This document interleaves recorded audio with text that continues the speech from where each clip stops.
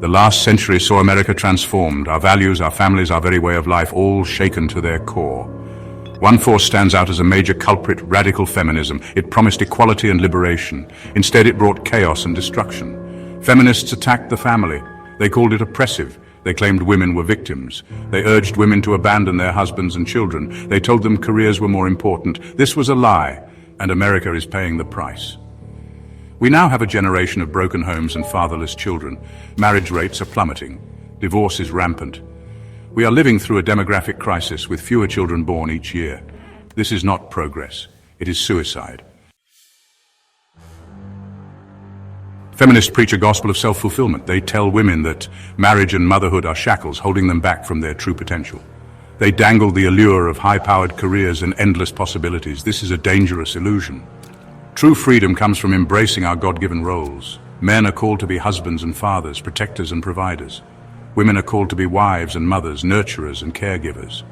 When we reject these roles, we reject our very nature. We become slaves to ambition and materialism. We chase fleeting pleasures only to find emptiness and despair.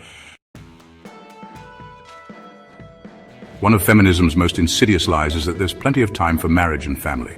Focus on your career first, they say. You can always have kids later. This is a cruel deception. The biological clock is real.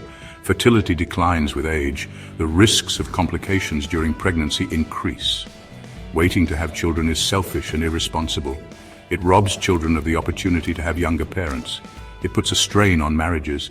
It weakens the fabric of society. The consequences of feminism's assault on the family are all around us. Divorce rates soared in the wake of the feminist movement. Single-parent households have become the norm, leaving children emotionally scarred and economically disadvantaged. Crime rates are higher in fatherless homes. Educational outcomes are worse. The social costs are staggering. Our nation is only as strong as its families. When the family breaks down, society crumbles. Section 5. The Church's complicity. What's even more alarming is how readily the Church has embraced feminist ideology. Pastors shy away from preaching about biblical gender roles. Christian colleges promote careerism over family. They've bought into the lie that men and women are interchangeable. They've abandoned the clear teachings of Scripture. The Bible is clear: wives, submit to your husbands as to the Lord. Ephesians 5:22. Husbands, love your wives, just as Christ loved the church and gave himself up for her. Ephesians 5:25. These are not suggestions, they are commands from God. Section 6. A biblical blueprint. The Bible provides a beautiful blueprint for marriage and family. It teaches that marriage is a sacred covenant between one man and one woman, created by God to reflect his love. Children are a blessing, a heritage from the Lord. Husbands are called to lead their families with love and sacrifice. Wives are called to support their husbands and nurture their children. When we follow God's plan, we experience true joy and fulfillment. Our families thrive, our communities flourish, our nation prospers. Section 7. Rejecting the poison.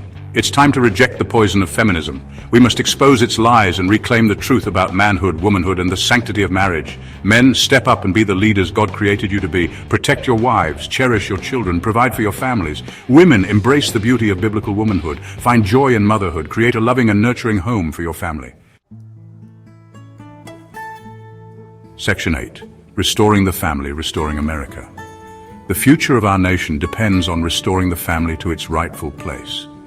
We must reject policies that undermine marriage and promote promiscuity. We must support organizations that strengthen families and uphold traditional values.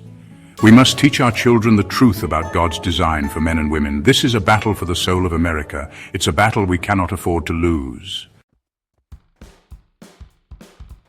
Section 9. A call to action. My friends, we are at a crossroads. The path of feminism leads only to destruction, but there is another way, a better way. It is the path of faith, family, and freedom.